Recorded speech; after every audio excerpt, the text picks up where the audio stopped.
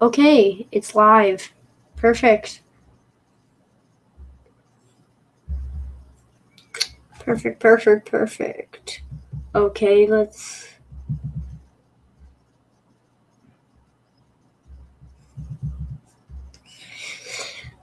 Oh, okay.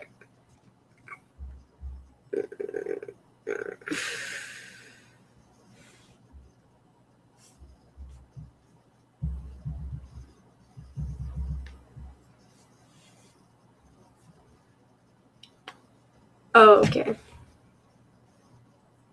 Okay.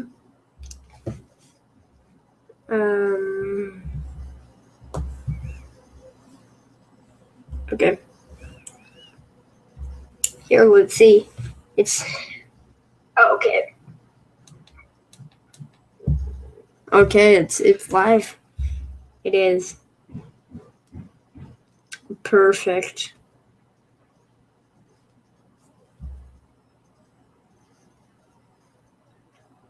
Oh, okay. Okay.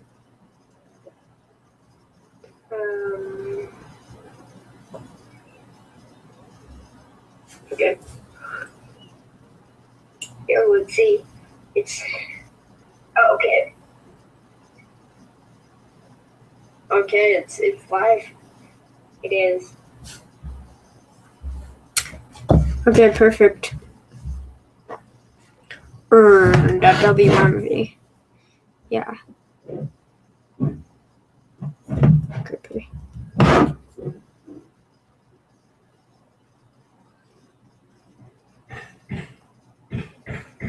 Yeah, there's some construction being done. Yeah. Okay, whatever, let's get the creepypastas started.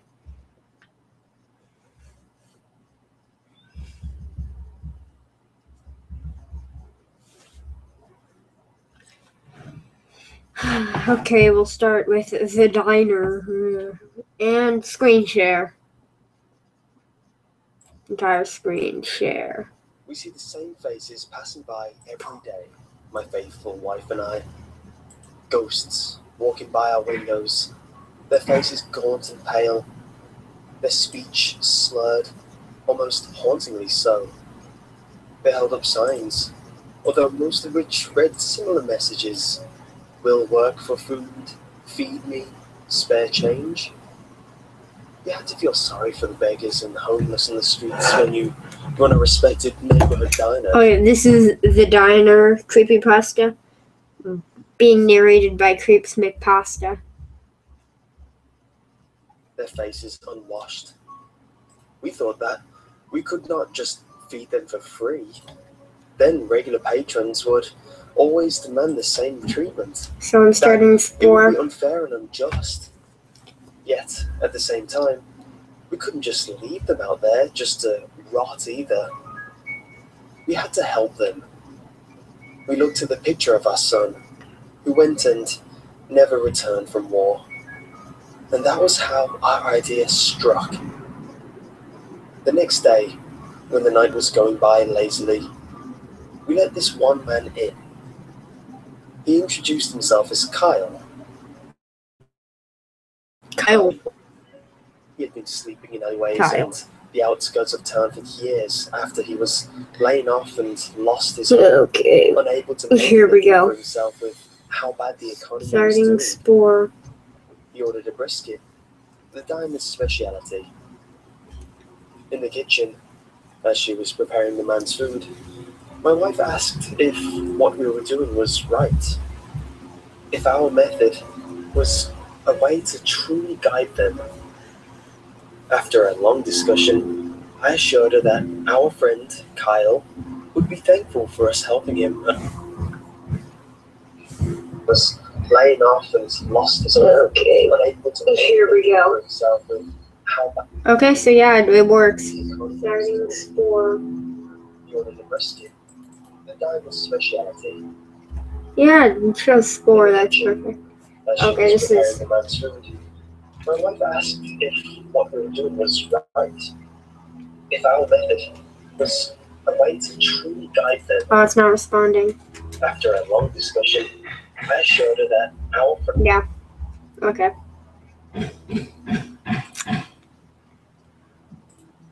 End task. Yeah, and now.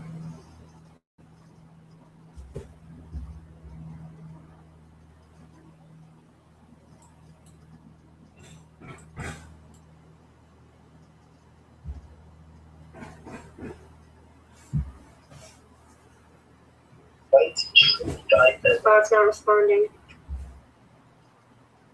Yep, perfect.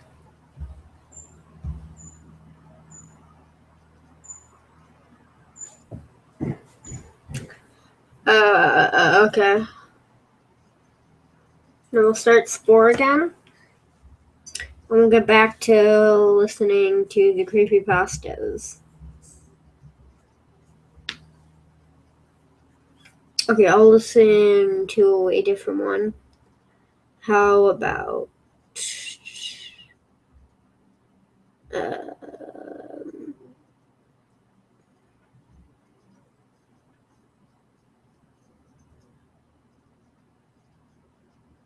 My Dog Won't Stop Staring, narrated by Creepypasta Jr. Okay, yeah, Spore. It's Spore. It's the awesomest game. Since more. Sounds like a trivial problem, Since I know. poor. Just ignore her, block the view, or shift location. One Bogna. But after weeks and 10 weeks on end, Bognas. I finally had enough of it.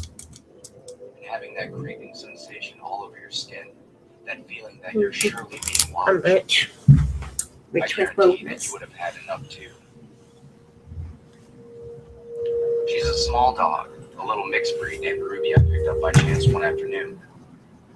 I was particularly bummed out driving home from the doctor's office Okay. when I confirmed that the throbbing, burning ache in my shoulder was enough to take me out of the sport I love so much. Lacrosse, which is what got me to my school in the first place. Okay, here we go. Scholarship. And now I was out of the game, maybe for the whole season. And when I saw those I'll big start- black eyes peering out at me from the dog show. Okay, I'm gonna start playing Spore, and I'm not sure if I will be able to play Spore, and if anybody is watching, which I doubt because I have 0 subscribers, and the only views I got were from a bunch of people on the Scare Theater forums. Yes, I am Mango the Chicken from there. And yeah. But anyways, let's start playing Spore. I'm not going to talk to anybody because I can't. Okay. I think I'm going to start with I figured I could use a companion. Herbivore. At first, her gaze seemed nice, even a bit cute. Got But some now, mosquito bites. I can't get those eyes off of me, no matter what I do. I like that. I'm going to go. It started not long after I brought her home. Normal. I had already been warned that Legambus. it'll take a dog a That's few really days cool. to get acclimated to its new surroundings, but luckily she was already house trained and my apartment is carpeted, so no risk of clawing up the floors. That's It turned cool. out she was a rather easygoing dog. I live on the first floor, so she can go outside whenever she likes. But more often she's in the living room with me, lounging around on her dog bed, or next to me on the couch when I'm doing my homework or surfing the web. Dun, dun, dun, Even when I'm dun, gone, dun, dun. she isn't destructive. And to my surprise, hasn't chewed or slobbered or went to the bathroom on anything in my absence. She's usually well behaved like that, but then the staring began.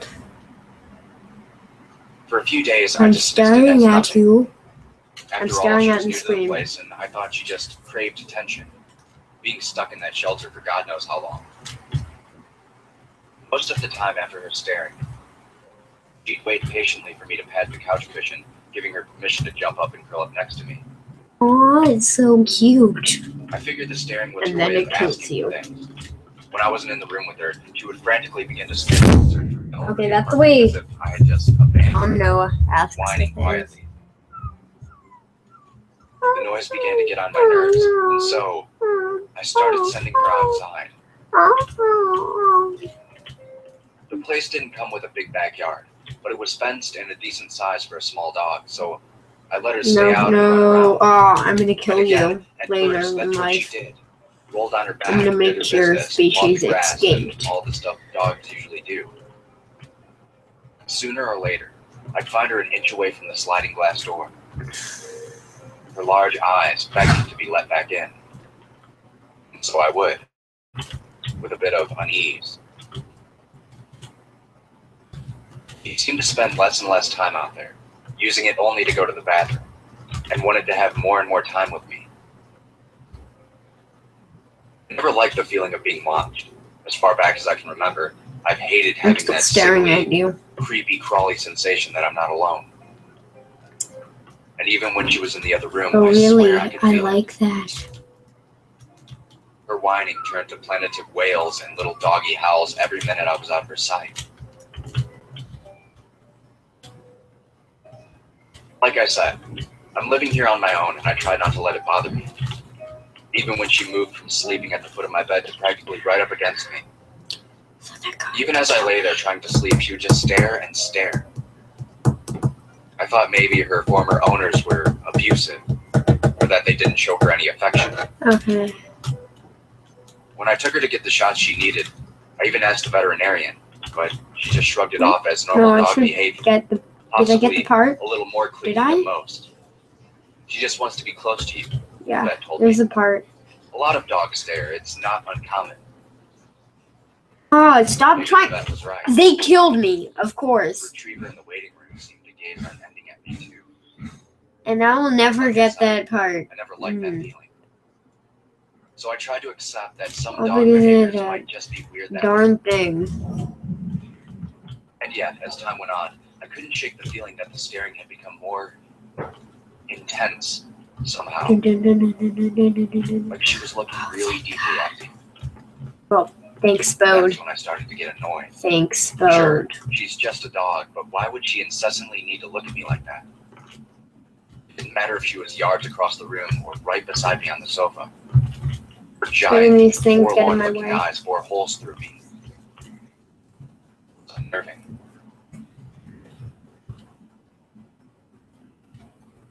I started Wait, to we move were called around, Glarg? positioning my laptop so that when she was on the floor or in her doggy bed, I couldn't see her. But call me crazy, I swear I could feel her staring at me. It matters worse. The crying turned into full-on barking whenever we weren't together. We'd send her outside for a while, but she just sat at the front steps waiting to be let back in. It's not that I didn't care about my dog anymore, I just couldn't get a break from the constant pleading eyes. And so I decided to willfully ignore her. I still filled her bowls with food and water, still let her out to the yard and back in, even left her a treat now and then, but otherwise, I really didn't want to be around her. It didn't help that I was spending a lot more time at home now. Watching my college team play without me had grown more than a little miserable, and finally I just stopped showing up to matches. The doctor thought it might be my rotator cuff. And other than some physical therapy exercises and icing it, there was really nothing more to be done for it. It wasn't bad enough for surgery, but not well enough for me to go back to lacrosse. Perfect. At least for now. That's the perfect answer. Aspirin didn't seem to touch it. So not only was I home a lot more, but I was in significant pain when my left shoulder started acting up. And there was my dog Ruby, just staring away like it was her goal in life to annoy me.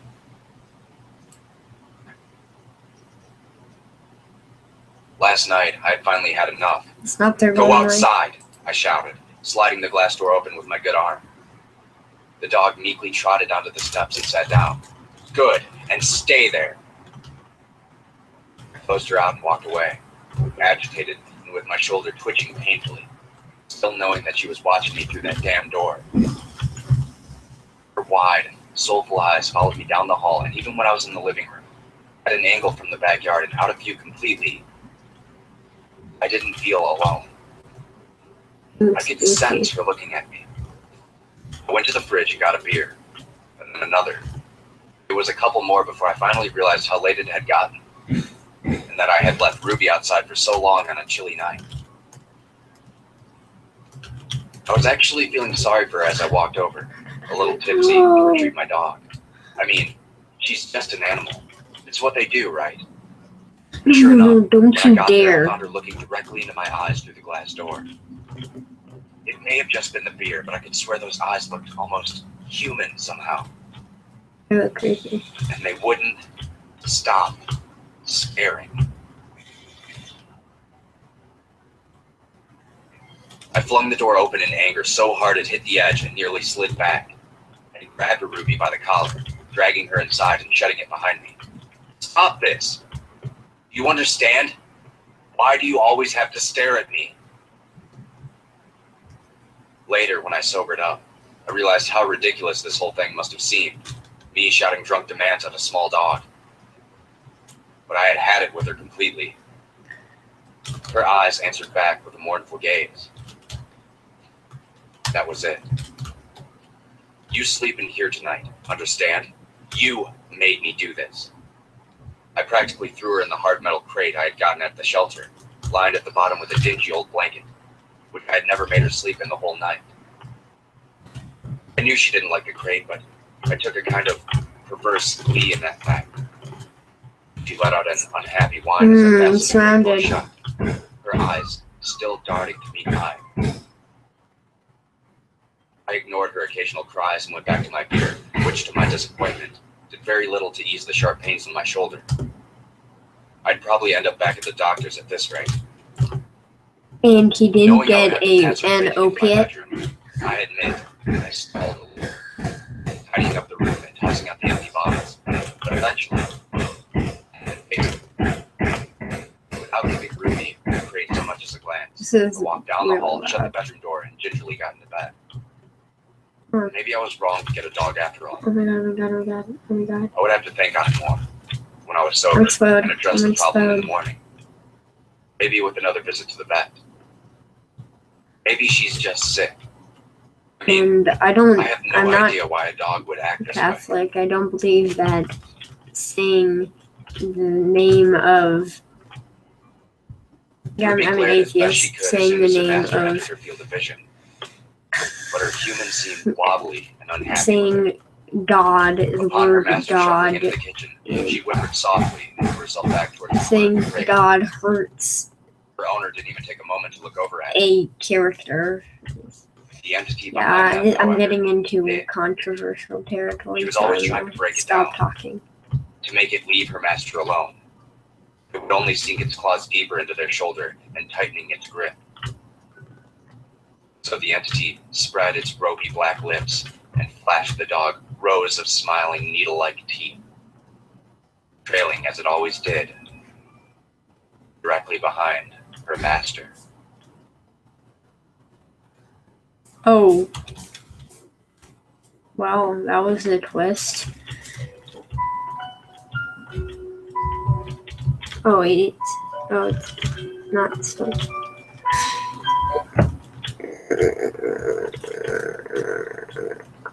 My dead girlfriend Why keeps is this a wine messaging. fridge now and not a freezer for my And this is leftovers? an ad. Check the freezer.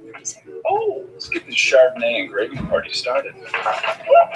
Uh, Innovative Cool Select Plus, go from freezer to fridge with a click of a button.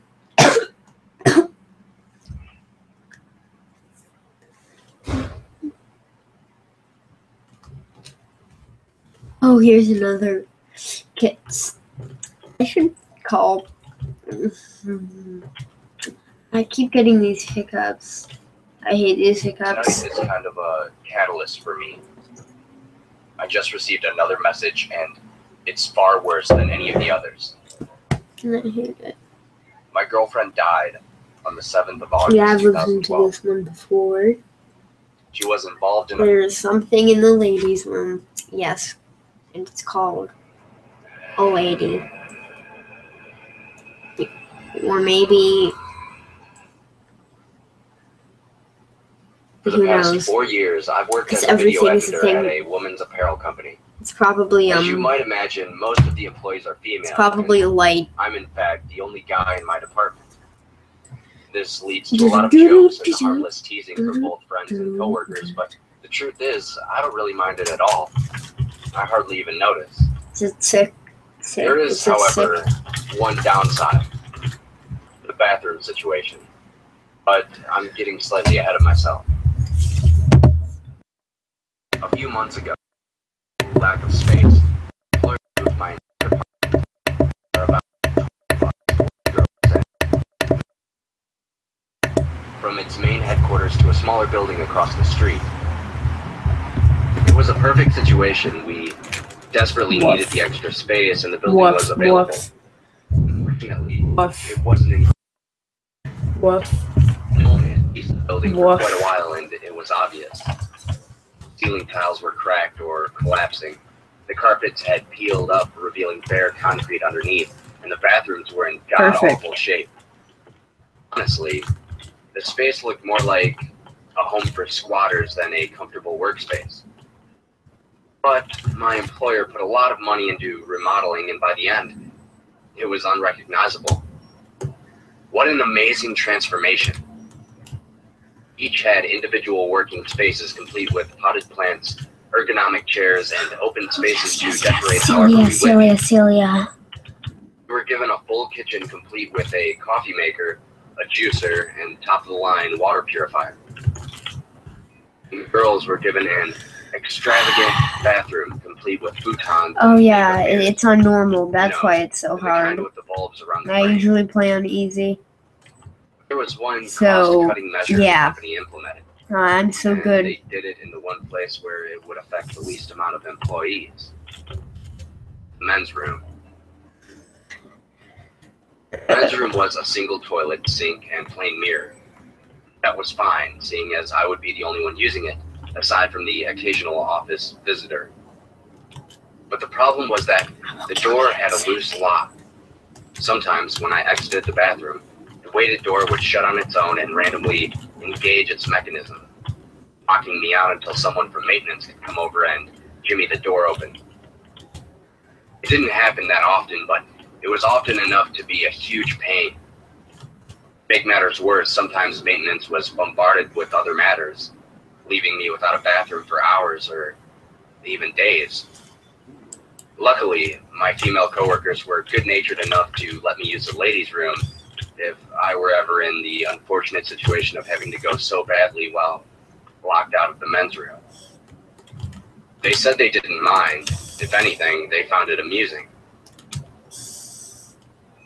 On the handful of times it happened, I would play it off lightheartedly, though I really hated it. And it wasn't just because of my male ego. It wasn't due to indignity or embarrassment. It was because using the ladies' room just felt weird. Like, weird in a creepy way that I really can't explain. As if when I was in there, I wasn't alone. I vividly remember the first time I ever had to resort to using it. It was on one of the days where the men's room lock had jammed that morning, and I had gone nearly a whole day without another bathroom break. An hour before my shift ended, I felt like my bladder was about to burst. My legs were shaking, my teeth were biting the inside of my cheeks, and my eyes were beginning to water. I realized at that point that my options were either to use the ladies' room or find a bush outside. I opted to use the ladies' room, so it was actually a tough decision. The female coworkers promised they would guard the door to make sure no one went in while I used the restroom. They checked to make sure it was empty before I shamefully entered. "Hello?" I said. No response. My first thought was how nice it looked. Four futons and a lit mirror. I was also surprised that there were no urinals, only stalls. I know that sounds completely crazy, but when you've gone your whole life seeing urinals on the walls of public restrooms, you do a double take when you realize they aren't there. Entered a stall, locked it, though I was sure no one else would be coming in, and I undid my fly. I stood there in heaven as I emptied my bladder, hearing nothing but the sound of relief. The sound continued for what felt like a minute straight before I heard something else. It was the sound of light footsteps. Then my heart stopped. It was the sound of a nearby stall opening. Someone else was in the bathroom with me. Whether they had come in unbeknownst to myself and my coworkers, or they had been there all along and hadn't answered when I called out. After the immediate shock, my feeling was that of utter embarrassment. Here I was, standing in the ladies' room, unleashing the floodgates, as it were, and some poor girl had to hear it. Some girl I worked with, who was probably just as embarrassed as I was. Damn, this was awkward. Let's kill some things. Somehow, without even thinking, I let out a feeble, sorry. I again heard the squeak of a bathroom stall, followed by a light thud. So used to I finished my business, eating not and meat. sighed deeply as I exited the stall. I saw my beet red face in the light of the mirror as I quickly washed my hands and exited the restroom. My coworkers swore that no one had entered the ladies' room while I was inside, and they assured me it had been empty when I went in. I wasn't sure, but I chalked it up to me hearing things, perhaps water running through the pipes in the hall, and had forgotten about the whole experience shortly thereafter. I only had to ever resort to using the ladies' room once or twice in the months that followed, and each time was a miserable experience. Each time I was on edge, always paranoid, always feeling as though I was invading someone's space.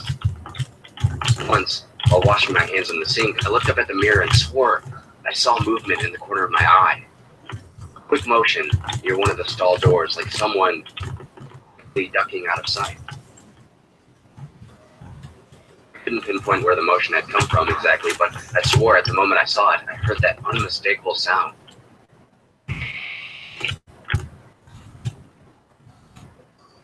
No wonder women go to the restroom together, I thought. It must help block out all the weird sounds. All in all, using the ladies' room was an, at best, awkward experience. It wasn't too terrible. Until today, to chill up my spine thinking about it. Today was the last day that I will ever use the ladies' room.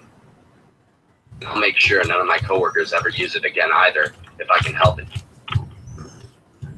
It had been a normal, if not hectic day. So much to do. A late lunch, which I worked most of my way through. Didn't eat that much as my stomach had been feeling funny all So day. annoying. I hate this. I had a can't million make turns upcoming because if I deadlines to turn, think it about as just. I left the men's restroom around noonish. It shut, it latched. I sighed, turned around, checked the handle, and wasn't surprised to learn that I had just locked myself out again. Sent an email to maintenance and went on with the rest of my day, not thinking much about it. Soon realized there was no way I'd make it home on time, especially when a last-minute project popped up an hour before I was supposed to leave. Slight worry in my system. First, if I got home late, I might not be able to find a parking spot on my block. Second, I was dealing with quite a bit of indigestion and was feeling quite uncomfortable. I worked as quickly as I could, hoping I could get out in time.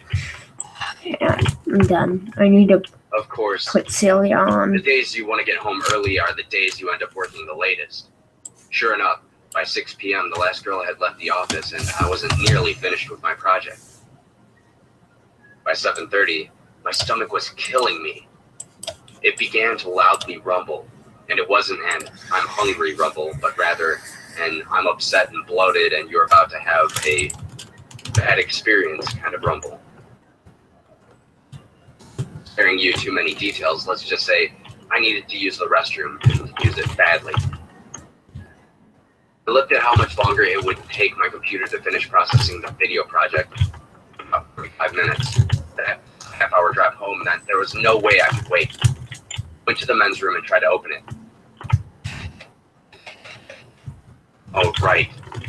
It was still locked and maintenance had been too busy to fix it. I looked at the ladies' room and felt a twinge of nervousness for some weird reason. I shook it off and decided to head on in. I entered the ladies' room and quickly rushed to a stall, unbuckling my belt as I walked. Again, I'll try sparing you the details, but within 20 seconds of sitting down, I felt a twinge of horror.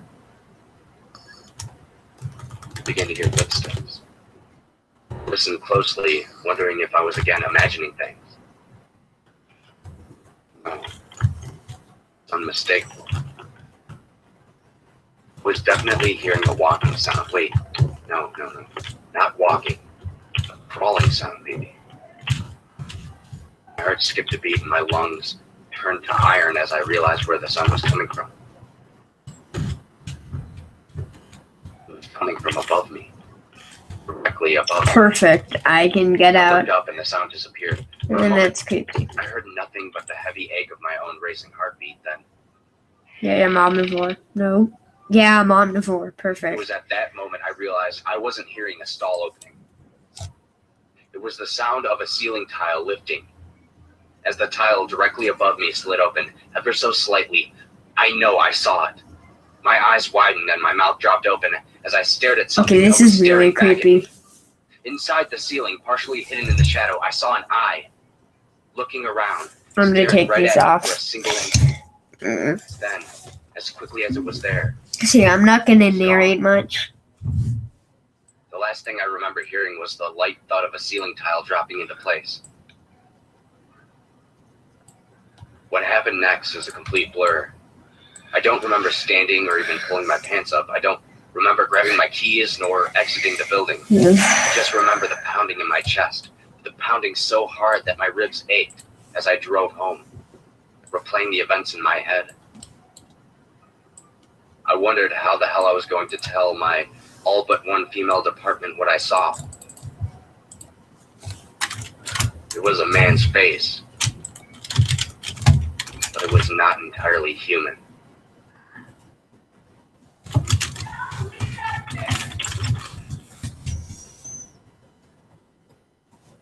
Wow.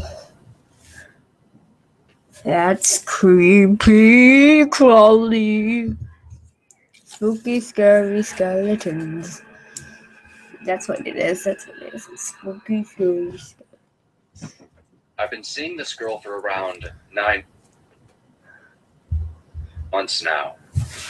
She's a wonderful person. This is Always Late Night Text, narrated by Creepypasta the light of Jr. my day. She has her quirks, but everyone does. That's just what makes us who we are, I suppose. One of her quirks I've always is loved this sleep cutscene. texting. Even though it's pretty I will wake up in simple. the morning usually to I really like record text messages from her. Most of the time, it's just a garbled message of autocorrects and letters jumbled into nonsensical words. Most of the time. That was until last night. It was around 3 a.m., I believe, when I was awoken by my phone vibrating. I rolled over and picked up my phone to see that I had just received a text from my girlfriend. A part of me thought about not even looking at it and just going back to sleep. The paranoid, anxiety-driven part of me, however, wanted to know if something was wrong. So I opened the text. Tom. That was all it said. I found this particularly odd for several reasons. One being that the message made decent sense. I mean, it was my name. However, my girlfriend never calls me Tom. It was always Thomas. My curiosity got the better of me and I responded. Almost immediately after I sent the text, Parasite. I received one. It's a site with para. Help. The hair stood up on the back of my neck. I felt a cold shiver and my stomach tossed. I immediately stood up, got changed, and got into my car. It was only a short drive to her house, but it felt like hours. I decided I would phone her on the way to her house. After a few minutes, the line connected. On the other side, I couldn't hear anything except for muffled breathing. I said hello several times as panic and fear overtook me. As I said hello for the fourth time, I heard something. I heard the sound of feet shuffling and then a deep, quiet, hysterical laugh. I screamed into the phone, demanding to know who had my girlfriend's phone, but it was too late, and they hung up. I soon arrived at my girlfriend's house. I threw my car into park and ran up her walkway. I opened the door quicker than I ever had before. It's I magic. ran into her room expecting a horrible scene. What I saw next blew me away. My girlfriend was lying on her bed, sleeping. I slowly walked towards her and woke her up. As she awoke, she was surprised to see me, which I found incredibly odd. I asked her if she was all right, and she responded with yes in a quiet tone. I checked her phone, but there was no record of the text messages or the phone calls. I checked underneath her bed, and I walked around her house to make sure nothing was out of the ordinary. And He's the one being creepy. was I just imagining things? Did I imagine all the text messages and the phone calls? Nonetheless, I stayed with my girlfriend for about an hour and fell back into a deep sleep almost immediately. When my panic and anxiety slowly died down, I stood up from her bed and showed myself out of the house. As I walked down the path, I ran through what just occurred over and over in my mind. The drive home took longer than usual. My mind was still racing over the possible scenarios that could have played out. As I pulled into my driveway, I felt the vibration of my phone in my jean pocket. Fear once again crept up on me as I slid open the message from my girlfriend. You forgot to check the closet.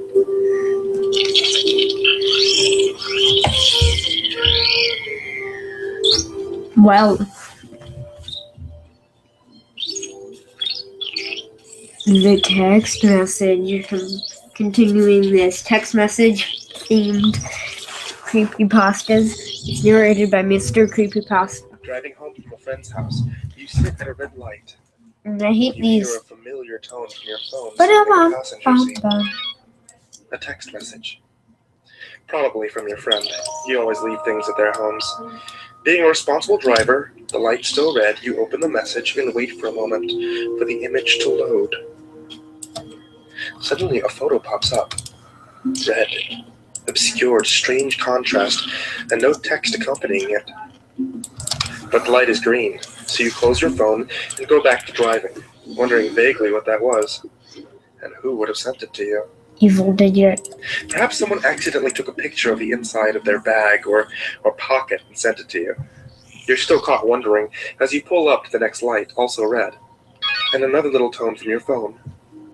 You flip it open, hoping for an apology from a friend, but find yourself waiting as another photo loads on the screen. This one, still mostly red, but textured now with scraps of blue, yet still indiscernible. This time, it takes an impatient honk from behind you before you realize you can pass through the light and be on your way home. Closing the phone and continuing on your way. You sit, uncomfortable now, as the tone rings again. At yet another stop signal, you pause, hesitate, and then open the phone. The picture now is suddenly much more clear.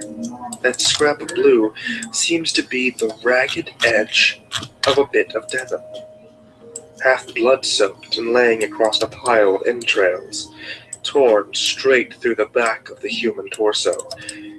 You can only see from the bottom of the shoulder blade to the tops of the thighs, but this is unmistakably human. Blue-white spinal bone, smeared in blood, tubes of intestines trailing out between ragged-looking Barney the dinosaur. I'm just changing it. That was just too cliche. This one's Barney the dinosaur, narrated by Creepypasta.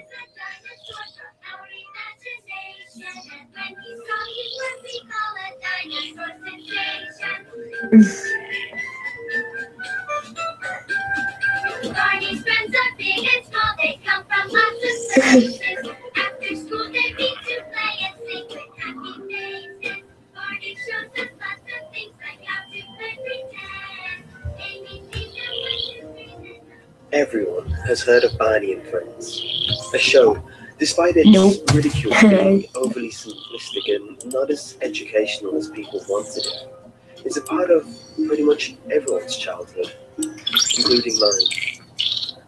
When I was a kid, I could work the VHS machine like a whiz for my age, and would tape every episode that came on in the morning before school, and would immediately play it back over and over as soon as I got home from school. I mean, every kid had their obsession when they were young. Some kids had Sesame Street, Thomas the Tank Engine, Teletubbies, Pokemon, etc. But I have making weird videos. Anyway, nowadays I'm a bit too old to be watching it by myself. But my excuse to be watching it is that I have a son, Chris. He's only 3. And I don't know if it's because he knows I secretly get a little bit excited to relive a portion of my childhood. But he also loves to watch the gang solve their problems with high-spiritedness, friendship, and good morals. For those who don't know, This is a Barney perfect Friends design. is a friendly purple dinosaur who comes to life through children's imagination. Barney, who was later joined by Baby Bop, BJ, and Rick, and his friends would prominently teach through songs and small dance routines with friendly, optimistic attitudes. His iconic theme tune was Barney as a Dinosaur, which is sang to the tune of Yankee Doodle. But his most well-known song is I Love You, which appeared in nearly every episode. That was Chris's favorite part. No matter how active he was during the dance parts, or how excited he was after one of the children's problems was solved, whenever that song came on, he was on his knees right in front of the screen, humming or singing along with Barney. Those moments were serene to me, a collection of happy memories that will be with me forever. Sadly, it didn't take long to eventually blast through all 14 seasons of Barney and Friends. It didn't help that, due to a hiatus during season 13, season 14 was actually just handpicked episodes from previous series, essentially making it just a set of reruns. After Chris had watched them all and rewatched the episodes he liked, he innocently asked me for the next series. I told him that there were no more. He had seen them all. But as children are, he didn't have an understanding that shows just ended. So he began crying. It wasn't the simple crying of a child falling over and bumping their knee, or because they couldn't get what they wanted. It was tears of heartbreak. And in turn, this started to hurt me as well. Knowing that this is breaking. This kid is obsessed with that. With Barney. Without thinking, I told him I I'll will do some murder all searching your and fans learn. because I am a dinosaur. Yes, finding a series usually took some time, and he understood what that meant. I had no idea what I'd do, but for now, he was settled. Now, there are a lot of helpful sites and a few forums which I found with a few searches on the internet. And after looking on the Barney Wiki, which I couldn't believe existed, I found a small trivia section which had the fact: from November 3rd, 1997 to April 2000, all of the Barney and Friends episodes were encoded with signals that enabled the Actimates Barney doll to interact with the program. I didn't even think that kind of technology existed. I must have not heard of it because it was done after I was a child and before Chris was born. Ew, he's not a child anymore. How it works Wow. is, if you had the TV pack, you could plug it into your TV and link it with your Microsoft Actimates Barney doll. Once linked, Barney became a viewing buddy who would watch the show with you and interact at certain segments, either when it was aired or certain encoded video files. Quite a clever little device. I thought, if I got this Chris, it would give him a whole new experience to watch his favourite show with Barney himself. Something I never had as a child. Hell, I didn't even have a Barney plushie as a kid. My parents were the type who always said they couldn't afford it whenever I asked for anything. So, Can I have food? We can't afford it. To find a working Activate style Actually, sometimes a that GG is pack, sad. and the compatible episodes. Can I breathe? We can't afford air. Now, instead of just watching Barney and Friends on PBS, you can interact with Barney on PBS.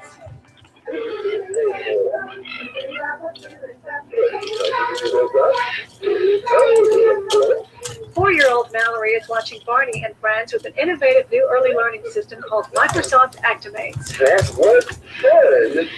Actimates interactive Barney acts as a co-viewer, reinforcing and coaching Mallory through fun educational lessons. Actimates interactive Barney. We're gonna murder everyone now. Partner with CD-ROMs on PC.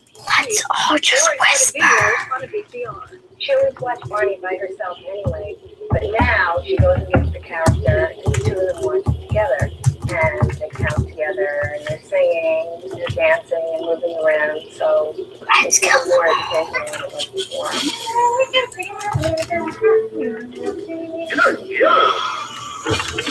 It was 2 or 3 weeks later that I got a response. It was from one of my forum posts I had made asking about the items, and if anyone had a set they were willing to part with. The going price was relatively high for a toy almost 2 decades old. I guess others might have had the same idea as me, but I was more tenacious. I wanted this for Chris more than anything. Picturing the look on his face after he receives this was a thought that made me very pushy, and I managed to get the set I wanted at a very good price. It's a look The man was disappointing. surprisingly excited to have sold it, which was strange because he could have asked for a lot more and sold it just as quickly. He didn't live very far either, so I met him in front of his house where he was waiting for me, and we walked behind his clean white van. It looked almost brand new, and went on with the transaction. I gave him the money, and he pulled out a box. And I did, He carried it to of my course. car, which I thought was rather nice. We didn't exchange many words. No alpha. My mind was preoccupied with wanting to rush home and show Chris. As soon as I got home, I shouted at Chris. Oh, oops. I must have shouted a bit too Pose. loud because he came to me slowly looking down, as if he was in trouble. I explained everything I'd been doing online and pulled the box that I hid behind the door frame. That was the happiest moment of my life. A mixed feeling of accomplishment and perseverance. Seeing my child's face light up with such bliss. A look of pure joy, like he was in a world where sadness didn't. Oh my god! Which is a wonderful thing. Oh my spode, I'm a real human being. Wow, I didn't know human beings were real. I thought they were just imaginary. Before I caught up and carried it the rest of the way, And then the kid I says, tried to set it up, but I killed Barney. it was old and fiddly. What's the guy who didn't leave an instruction manual with it? In the time it took me to finally finish, his level of excitement didn't remember at all. I started the tape and walked away towards the door. He stopped me, asking where I was going, why I wasn't going to watch it with him. While the intro was playing, I knelt down in front of him and said, "This is an experience I want you to have, with just you and I," to which I pointed at the pictures. He nodded in agreement excitedly, and then I lost him to the TV, asking the viewers to sing along. I headed to the kitchen for some coffee, and spent the rest of the afternoon in my room. What are these things for, Sissy? Finger painting. See?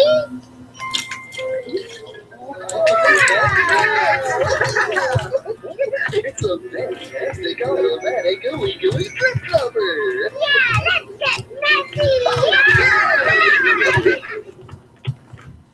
After the sound of the TV died, I assumed he had finished watching, so I went downstairs to see what he wanted to do next. But before I opened the door, I heard Chris talking. He sounded distressed, like he was upset at what someone said. I opened the door to see if his mother came home early and told him off for something.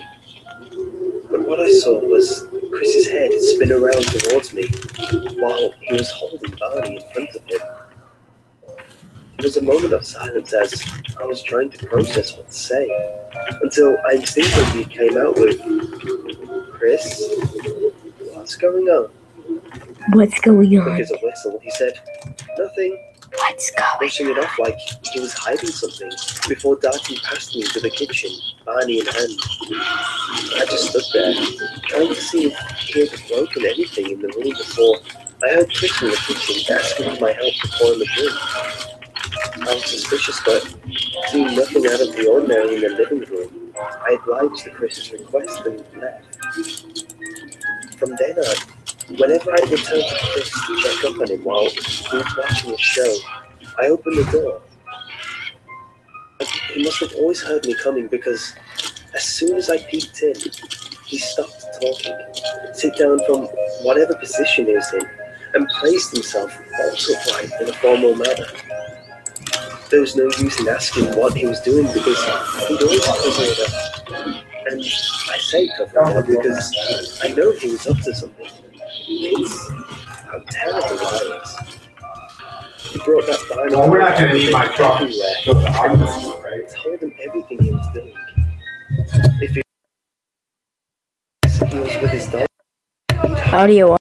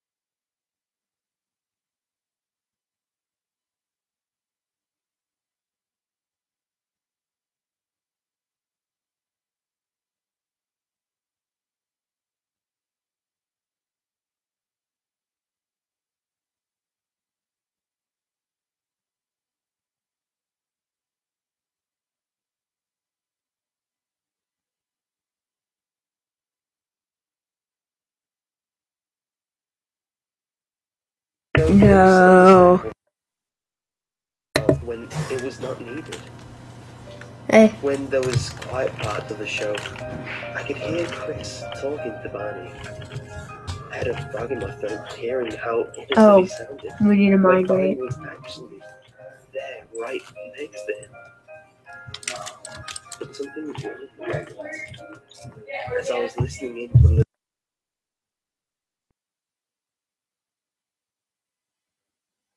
bathroom, shocked, I instinctively ran downstairs and stormed the living room to see Chris, startled, holding his Barney doll. At the time, I regretted ever doing that. During dinner, Chris told me that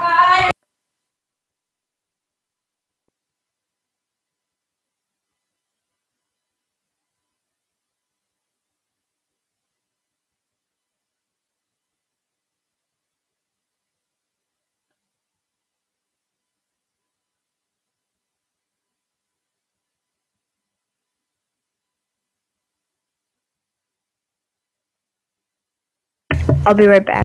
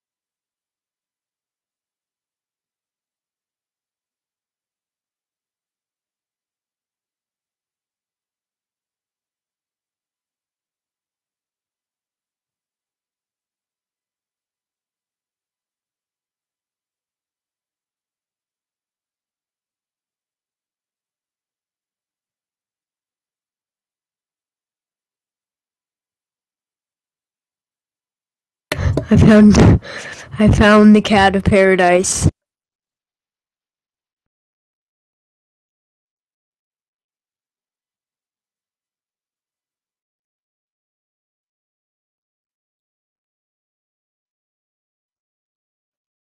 It's weird.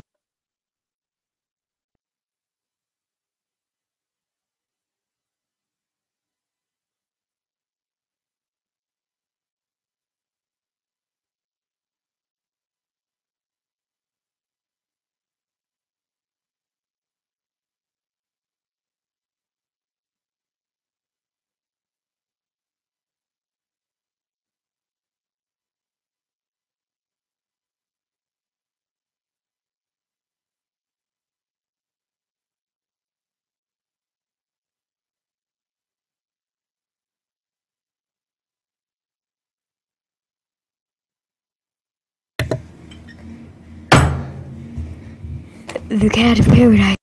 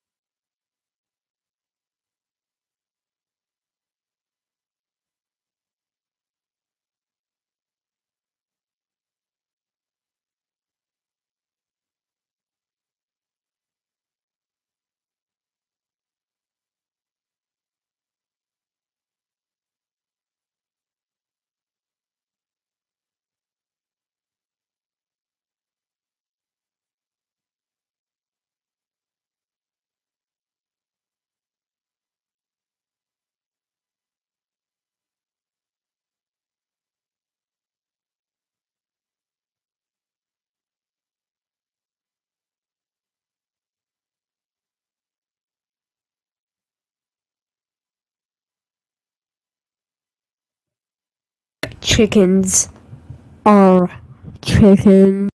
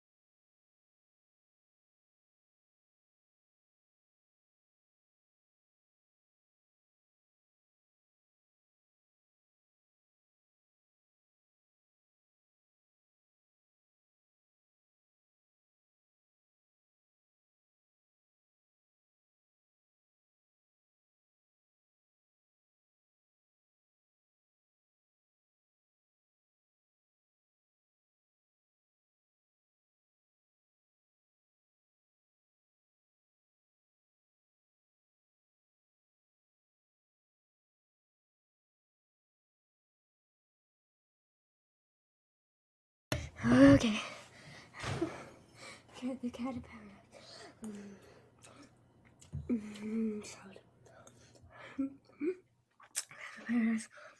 Having and it was my wife. I was. I feel like they're watching me. The caterpillar is watching me. Help me.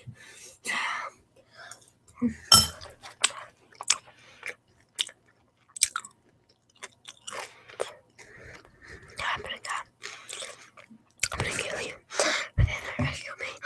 But no. I'm not gonna kill. They're gonna kill me. But I feel them watching. I feel them. I heard them. I heard the cat in paradise. I heard the cat. I heard the cat in paradise. They're coming. They're coming. I need to eat this. They're forcing me to eat this.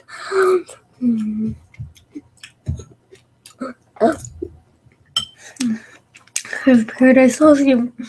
Into paradise. They're watching me. The cat in paradise loves you into for paradise. Right then.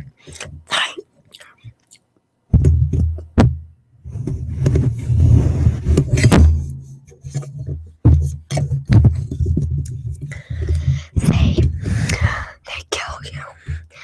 I feel them watching me. They know I'm doing this. Help me. I'm gonna continue to stream, but I might die before I finish this stream. So please, here, I'll give you 1,000 bonus. You can spend it well. Spend it well.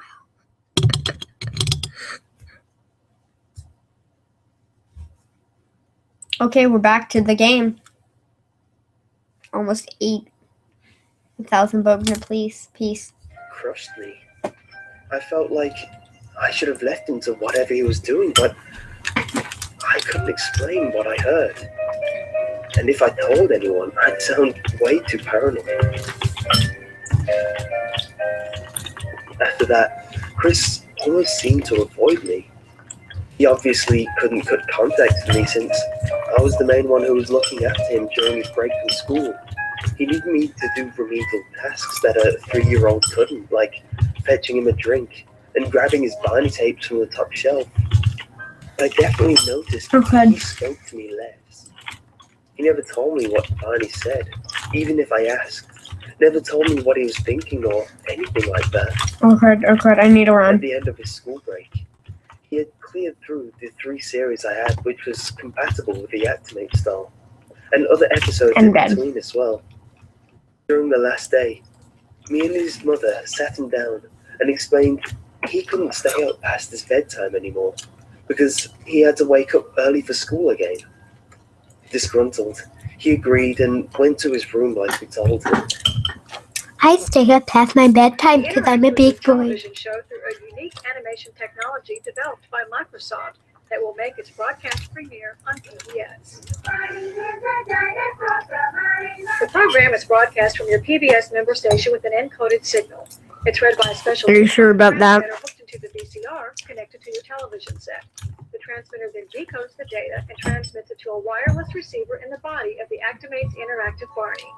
Let's watch this show together and look for 10 puzzle pieces of my favorite things. The first day for school, he woke up tired, which was expected. No kid wakes up for school sprightly after getting used to a more relaxed sleeping pattern. But after the 7th time, then the 14th time, he started to wonder why. So one night, I told him to go to bed at his usual time. I waited down the hall from his room, camped down on a chair, and patiently sat there to see what happens. I waited an hour, nothing. I waited 2, nothing. But after the 3rd, eating salad, rubbing his eyes like he had just woken up. When he walked out, I saw he was clutching his Barney doll as he slumped downstairs. I Dun, dun, crept to dun. the edge of the balcony, waiting to see if he walked into the living room to start I'm surrounded by ready them. to catch him in the act. By them. This would be the perfect explanation as to why he was so tired. But what happened next completely threw me off. Instead of heading right towards the TV room, he turned left. I saw him approach the front door, reaching up to the latch and turning. Why was he opening the front door? Was he going to go outside? Before I could find out of parental anger, I shouted at him to stop before thumping downstairs and grabbing his arm. Oh crud, I oh crud. looked him in the eyes for a few seconds Oh crud. with a stern look to show him that I was serious. No, no, no, After no. intimidating him, I calmly came out with, "Son, why did you unlatch the front door?" He had a look of fear in his eyes, a look you get when you know you've disappointed someone. His eyes started to water, his lips started to tremble as he slowly blurted out, But Barney told me to do it." In a fit of anger, I swung my hand and smacked his bottom. I wasn't mad that he opened the front door. I wasn't mad that he was awake way past his bedtime. I was angry at the fact that my own son lied to me. He started wailing as I carried him back to his room and told him I'd deal with him in the morning. I explained what happened to my wife before we went to bed. Learn something new today. Hip, hip, hooray! Learn something new today. I'd really like to go to that school, but I'm too little. I'm too little to be a human being. So I just act like a bird. Because I am a chicken. It is true. That's why my name is Mango the The next Chicken. morning, I'm a I saw a chicken. child with a face of many emotions. A look of distress, a look of disappointment, a look of sadness, a look of betrayal. He sat down quietly. He was looking at the ground the whole time. I sat down in front of him, and in a more friendlier tone than the night before, asked him again why he was opening the front door. He looked up and quietly murmured, "Barney told me to do it." My voice raised as I said, "Chris, why are you lying to me?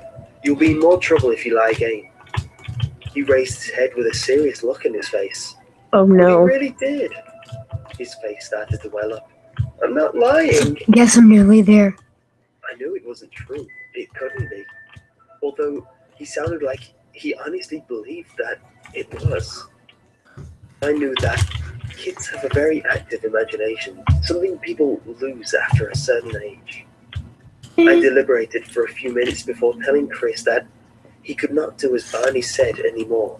Also, I'm a I felt that 3-year-old to chicken. deal with this situation meant I had to act as if Barney was really talking to Chris. Okay. I'm only a He 1-year-old looked down chicken. and agreed, which I thought would be the end Which of is the whole technically, situation. I was wrong. not middle-aged, but like 20 years old in chicken CBS years. stands for all the things that we're trying to accomplish here. We're trying to get education delivered, and we're trying to really add value in a program. And CBS is just a natural fit for us. The next night, a few hours after Chris went to bed, me and the wife decided to get some sleep as well. We slept for a bit before I was woken up by my bladder. Nature was calling and I had to answer. I opened my bedroom door slowly in order to not wake my wife up. I tiptoed through the hallway, but as I was passing Chris's bedroom door, I heard something. I stopped and listened in. I could hear Chris. He was talking, but not in a normal talking tone. He was talking in a higher-pitched, whining tone, like he was complaining about something. I couldn't make out any words at first until I heard the phrase, "No, I'm not allowed to do as you say anymore." I straight away knew what he was up to. He was talking to his Barney doll again. I raised my hand in order to knock on the door to make my presence known. I yelled, "Get back to bed," as my hand started banging against the door, but as I did, I swore I heard in Barney's voice say, "Do it." I immediately stopped knocking as a chill crawled up my spine. Was Barney really talking to him? That's creepy. Okay, I'm creeped out. I need to get my feet on these chairs. Even though I hate sitting in this position. The position where you cross your legs like this. What was going on? It's called crisscross applesauce. No one cares. To relax and think about what happened. I started to think about how it could have been one of Barney's phrases he says, or misheard Chris doing the voice himself. After I finished, I washed my hands, less hastily than I was originally going to, and opened the door. I headed back through the hallway and saw that Chris's door was wide open. I peeked in and saw no sign of him anywhere in his room. Before I had any time to think of my next move, I heard a blood-curdling scream come from downstairs. I burst out of the doorway and down the stairs out of pure reaction. As soon as I got to the bottom of the stairs, I looked left and saw the front door, also wide open. Through the door on the other side of the road was a white van. I didn't have enough time to investigate as I heard another scream to my right. "Chris!" I yelled as I ran into the living room. When I burst in, all I saw in the middle of the room was Chris's Barney doll. "Dad!" I heard screamed from the Barney doll itself. Puzzled, I started walking over to it. As I did, a squeal echoed through my house from behind me. I turned to just catch the sight of the back of the white van speeding off down the road. I picked up the Barney doll, hearing the squeal also resonating through the plushie simultaneously. Cheers. I opened its back and saw a two-way radio. The light on the top that signified that it had a connection to another radio dimmed to nothing.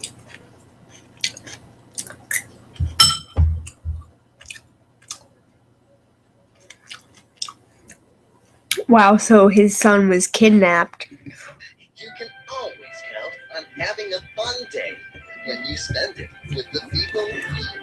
Barney's the devil, confirmed.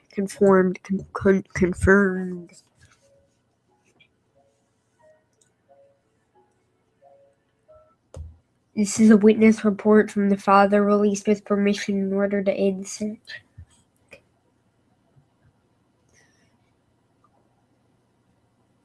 Oh, so this is a real story. Oh, I get it now. I see. So, the person connected, put a two-way radio in. And then he did a Barney voice, like, I don't know how to do a Barney voice, so he did a Barney voice, and then he talked to the kid and told the kid to do the things. Oh, that's so clever. Oh my god. If I was gonna kidnap a kid, that's how I do it. Not that I would kidnap a kid, because I am, a 1-year-old chicken. This is a real...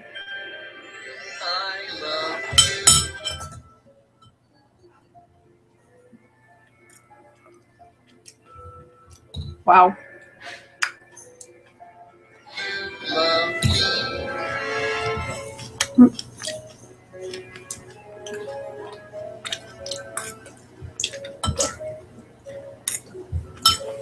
We're a happy family. No, we're not. Barney. It's sad. With a great big hug and a kiss from me to you.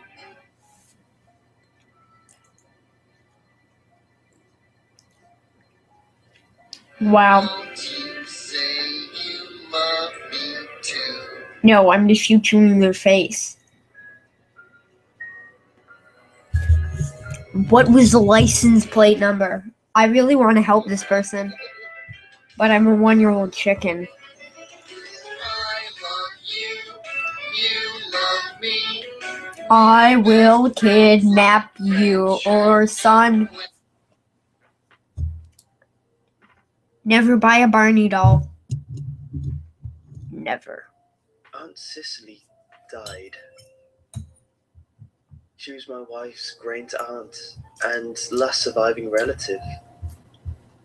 My wife, Emily's parents, died in a car accident when she was a freshman in college. It was then that she reached out and began communicating with Cicely. Cicely was old, even then, and something of an eccentric. She lived alone on a 10-acre plot of unincorporated land about 70 miles from Pendleton. Remember, She kids. was a spinster who devoted her time to watching her stories, as she called them, and making On dolls unincorporated that she would land, donate to you can do unfortunate anything. children. Never trust a person who lives Emily on and I soon unincorporated married land. after graduation, and used her remaining life insurance money for a down payment I on a small hate house here in you. Portland. You hate me. During I that will time, murder your Emily would call Cicely family. a couple times a month and regularly send care packages which contained everything from simple necessities to materials for her dolls. For all I knew, that was the extent of their relationship. I had offered to drive us out to visit her on more than one occasion, but she Burdus. always demurred, making some excuse or other about how it wasn't a good time. I soon stopped offering. Over time, Cicely began showing signs of dementia. It started small, often with her repeating the same This is story really good. or asking the same question 2 or 3 times in succession. It was a slow descent at first that soon began to snowball. On more than one occasion, I'd catch Emily crying after talking to her. She's perfectly normal at first. Then she starts talking about those damn dolls. She'd explain, Mr. Stringy is being feisty, or Mr. Stringy won't stop bothering Ralphie. Ralphie was Cicely's dog. He'd wandered onto her property one Creepy. day and decided to stay. He filled his days hunting rabbits or stealing Cicely's spools of thread, only to vomit them up later, hence the name. Occasionally, my wife would call Cicely repeatedly without an answer.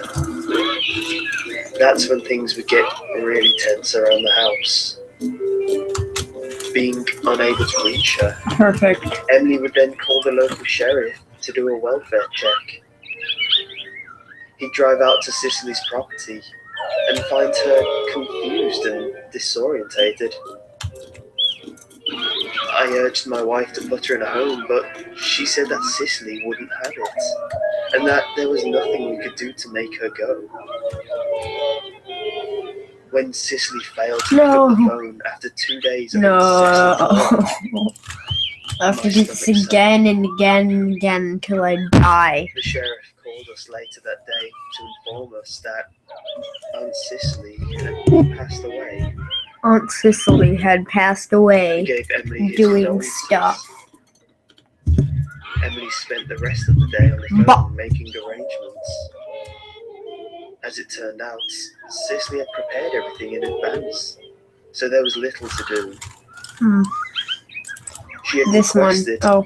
and prepaid This for one. cremation, asking only that her ashes be spread on her land, and naming my wife as her sole heir. We should go out there I told her that night. I could tell she was hesitant, but I felt it was important. They can mail me anything that I need to sign. Besides, she explicitly said that she didn't want a memorial, so there's no point. I spent the next day doing my best to convince her.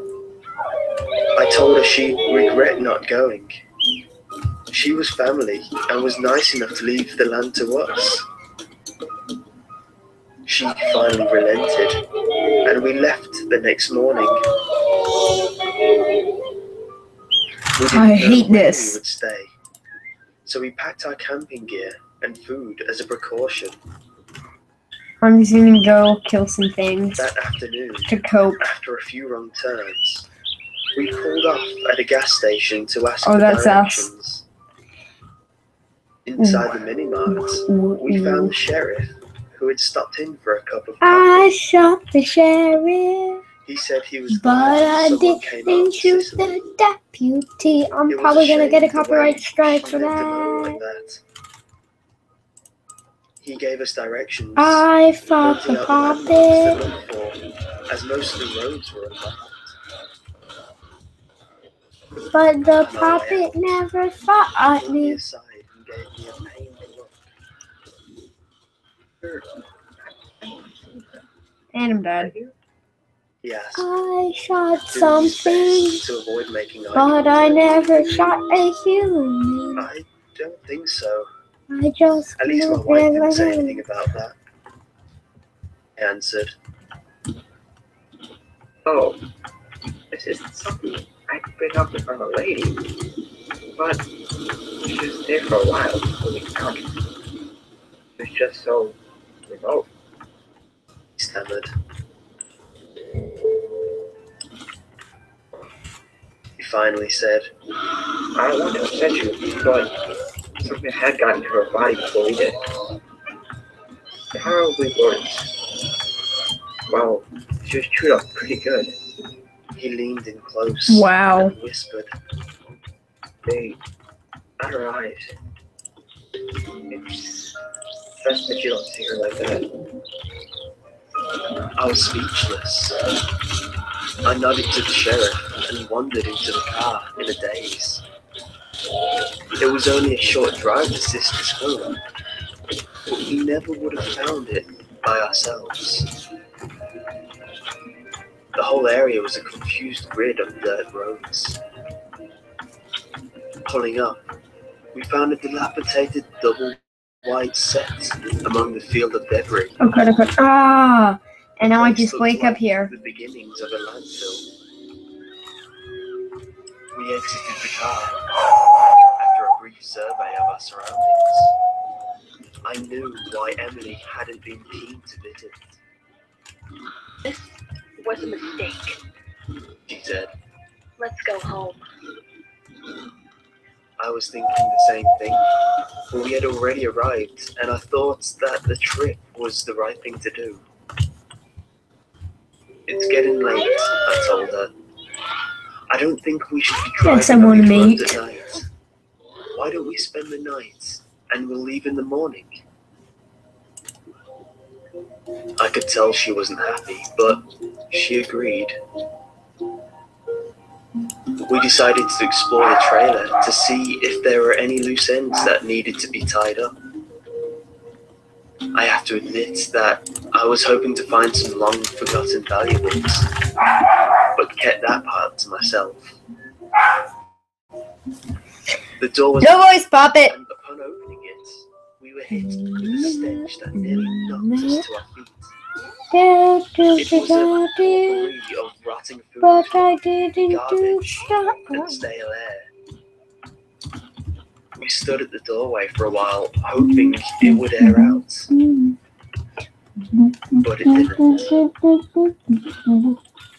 Once we braved our way in, the smell was obvious. The entire trailer was strewn with piles of garbage. Stacks of newspapers and magazines sat on top of old food containers. The detritus of a hoarder. The kitchen was full of dirty dishes, all with food in various forms of decay. Once I adjusted to the stench and filth, I noticed the dolls. They were everywhere. They were large, soft dolls that she had sewn together from various types of fabric, complete with button eyes and hand-stitched smiles. It wasn't just the multitude, but the fact that the dolls had all been posed in various still lines. 4 were seated at the kitchen table, with rotting food set neatly before them. I found one perched casually on the sofa, watching television, and even one in the bath, donning a shower cap. Everywhere you turned, you were greeted by a blank stare and dumb smile. You shouldn't have come. Emily said, clutching my arm. To explode.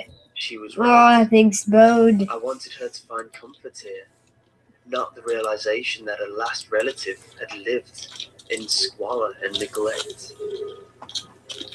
Okay, that was We slowly made our way through each room. a good fight. I was Fight the keeping good an eye out fight. for buried treasure, scanning the piles of refuse for anything that might be of value. Might be shiny. Venturing into a narrow Shiny, hallway I'm at the shiny. end I'm a of the very shiny person. we I found like to shine because I'm shiny. Do you like to shine? I'm a shine. I'm a dolls shiner. lined the hallway. I can shine because Some I'm shiny. missing ones. All of them mutilated. Okay, run. In the guest bedroom, we found one with a pair of sewing shears sticking from its forehead, and yet another impaled with Oh, a crud. poker. I need to It run. was as if we wandered onto the scene of a Harlequin mob hit gone awry.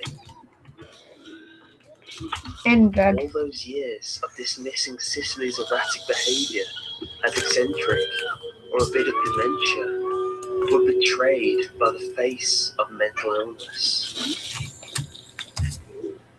In the master bedroom, the sights were the same, with the exception that all the dolls in this room had all their eyes missing. If you looked close, you could see loose threads dangling Rest from in imaginary peace. sockets, Rest in the peace. telltale signs of trauma. An overturned bookcase blocked most of the floor of the bedroom, forcing us to walk across the bed to make it to the other side. Oh, crud. It was there that I spied a large trunk set against the wall. It looked to be antique, and possibly the only thing of any value in the trailer. I tried to lift the lid, but it was locked. I thought about forcing it open, but decided against it for fear of looking insensitive in front of my grieving wife. We were walking back across the bed to leave the room when I noticed a large, old-fashioned key. I picked it up and returned to the trunk.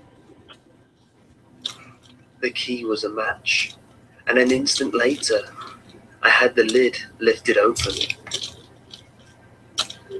I was expecting to find a stockpile of cash, or at least a family keepsake, but found only a doll. She flinched when she laid eyes on the doll. That's Mr. String. She said, Mr. Stringy. "The one she's always going on about?" I asked. She nodded. "Do you want to keep him?" I asked, but she shook her head. Put it back. She said, Come here, Pops. I don't want that thing in our house. Or do they? We wandered away back through the carnage to the car. The sun was already beginning to set. Coming there, guys. I made Coming, help me. Hey, And we Pops. sat down to eat some sandwiches and enjoy a bottle of wine. It was pitch black out, and you could no longer see the trailer from where we camped. I'm sorry.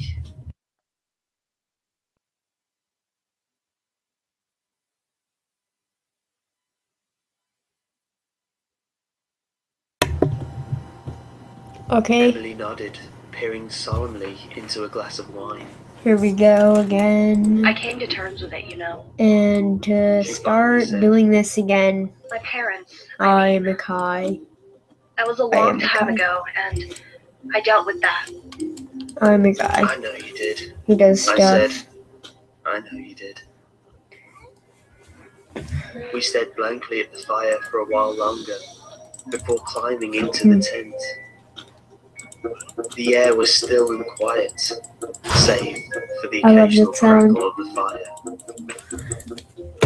Once settled in the tent, we laid silently, drifting off to sleep, when suddenly Emily broke the silence. She was an outcast, you know. I know, I answered. No, I mean, it wasn't her choice. My great-grandparents abandoned her. Mom told me that once. She said that before my grandma was born, Cicely had another sister who was only a year younger. I guess their parents always favored the younger sister and pretty much ignored Cicely. That's why Cicely started making dolls. So she'd have friends to play with. Okay, if you see It wasn't long after If you that she see made this Mr. Strange doll, and the younger the sister picture got of really this sick doll, and was bedridden. My mom didn't really know the details, but she said that the younger sister later died, and parents blamed Cicely. Cicely it's crazy insisted people that it like was this Mr. that make me Strange's hate fault, and that it Earth. was an accident. They sent Cicely away, and my grandmother grew up thinking she was an only child. I had never met Aunt Cicely, but after hearing that story and seeing the trailer she'd lived in for so many years, the tragedy of it all made my heart sink. She'd spent her entire life alone, spending her time making dolls for sick children. I was lost in thought, only to be brought back by the sound of sniffles. Hear that? I whispered. I could hear Emily nodding in the darkness. The sound grew louder until it was right outside the tent. The walls of the tent trembled as something began to scratch at the nylon. We lay there, paralyzed and trapped. Are you paralyzed and trapped? Seriously rethink my stance in gun ownership if we survive this. I grabbed the flashlight tightly and got to my knees. I tried to look brave for Emily, but I'm sure she saw my hands shaking. Look, I finally said, it's probably the one attacking the human. Okay, they're playing with the dog. Run away. Okay. We counted to 3 and broke out yelling, hitting the sides of the tent. It went quiet for a moment. Then we heard the sound of wind. Audio off.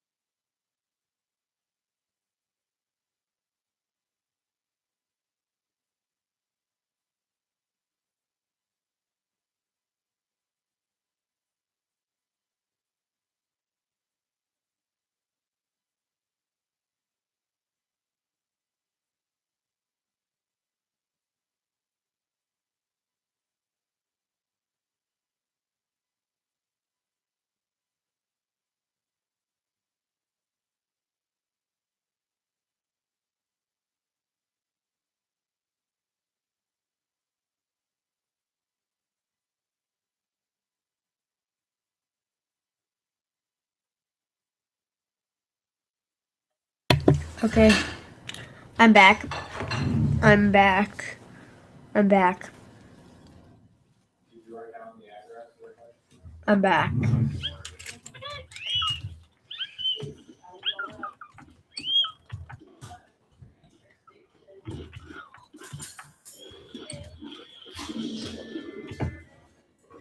Just a dog. Oh, look, I there's said. Slenderman. It's Ralphie. Emily said, opening the tent flap wider. Stood before us was the most pathetic dog I had ever seen. He was shivering in the cold, and the ribs poking through his massive coat suggested that he hadn't eaten for days. He swayed his head from side to side, revealing that one of his eyes was caked shut with dried blood. Wow. Oh. I got up from the tent and tried to approach him, but he kept his distance, whimpering and swaying his head to watch with his good eye. I poured some water out and put out some lunch meat, which he greedily devoured. We watched him eat, and I turned to see the tears streaming down Emily's cheeks. She patted Ralphie on the head and crawled back into the tent.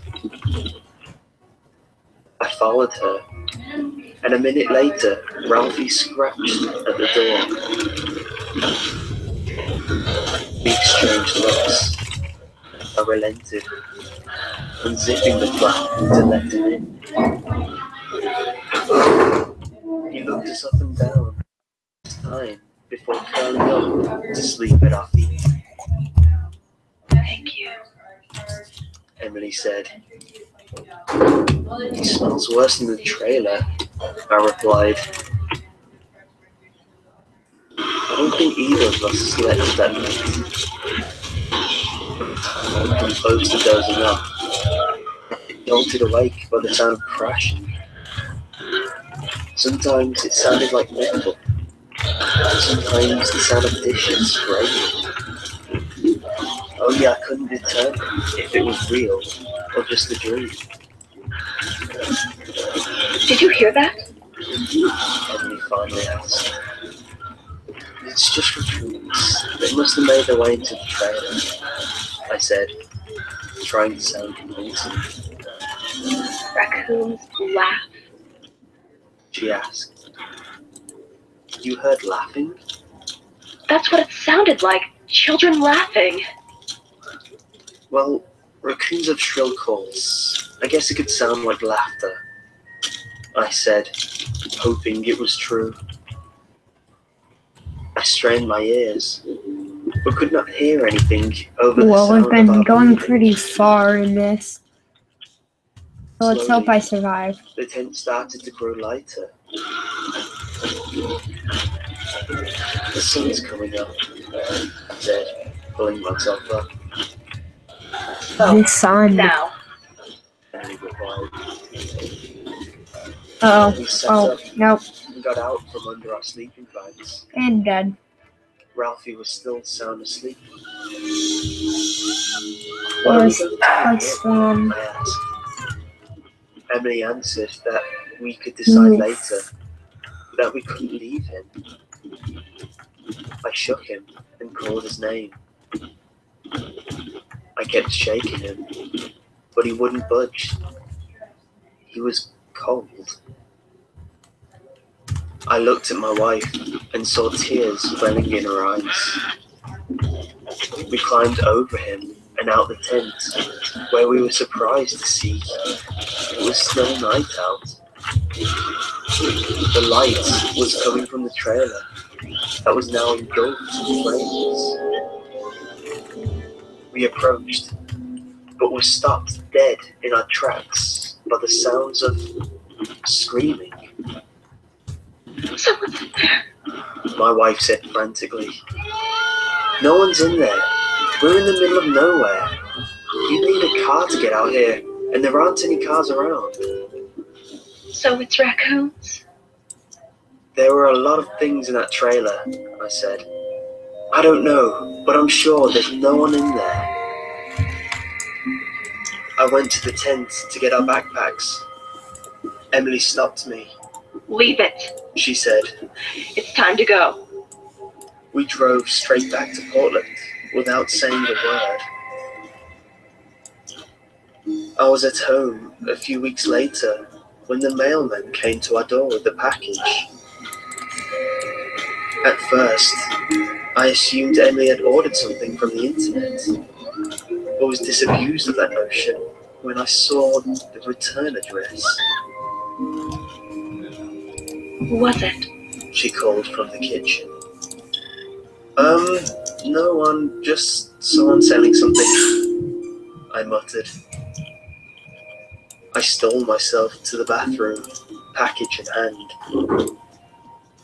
Once the door was locked behind me, I opened it to find Mr. Stringy peering up at me through his button eyes and wearing the same wry smirk. A note fell from the open package. It was from the sheriff. It said that he found the doll in perfect shape, just a few steps from the trailer. The rest was a total loss. He said he was sorry for our loss and to contact him if we had any questions. Without hesitating, Well, that's creepy. I put Mr. Stringy into the bathroom trash and emptied everything into the bin outside. I didn't want to upset Emily, but to be honest, the sight of that doll just stirred memories I would sooner forget. But that wasn't the last I would see of him. I spotted him. Let's kill the in goblins. the arms of a wheelchair-bound girl at the mall. Months later, I saw him again in the arms of a blind boy grocery shopping with his mom. I approached them, trying to warn them. I ended up rambling like a madman. Mother reapproached me, telling me to mind my own business. I insisted, but it was no use. She grabbed her son by the shoulder and abruptly turned away.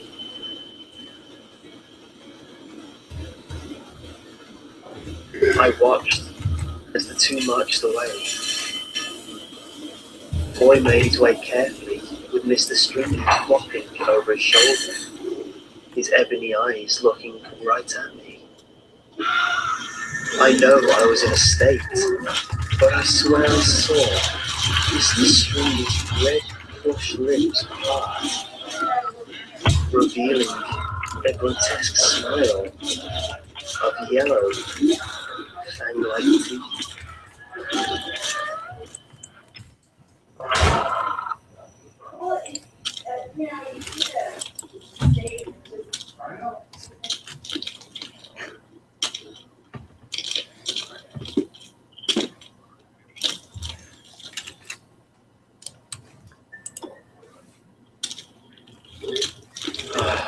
I never wanted to move to this town.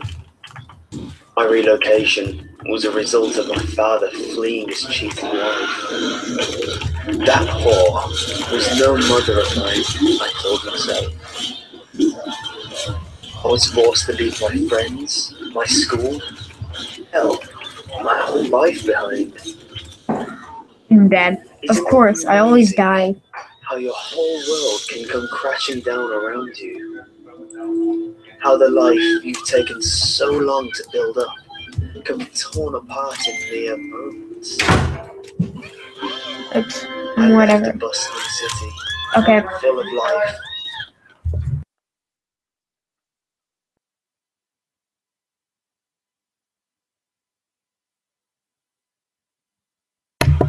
Okay, I think I'm going to stop playing and end this now, so goodbye.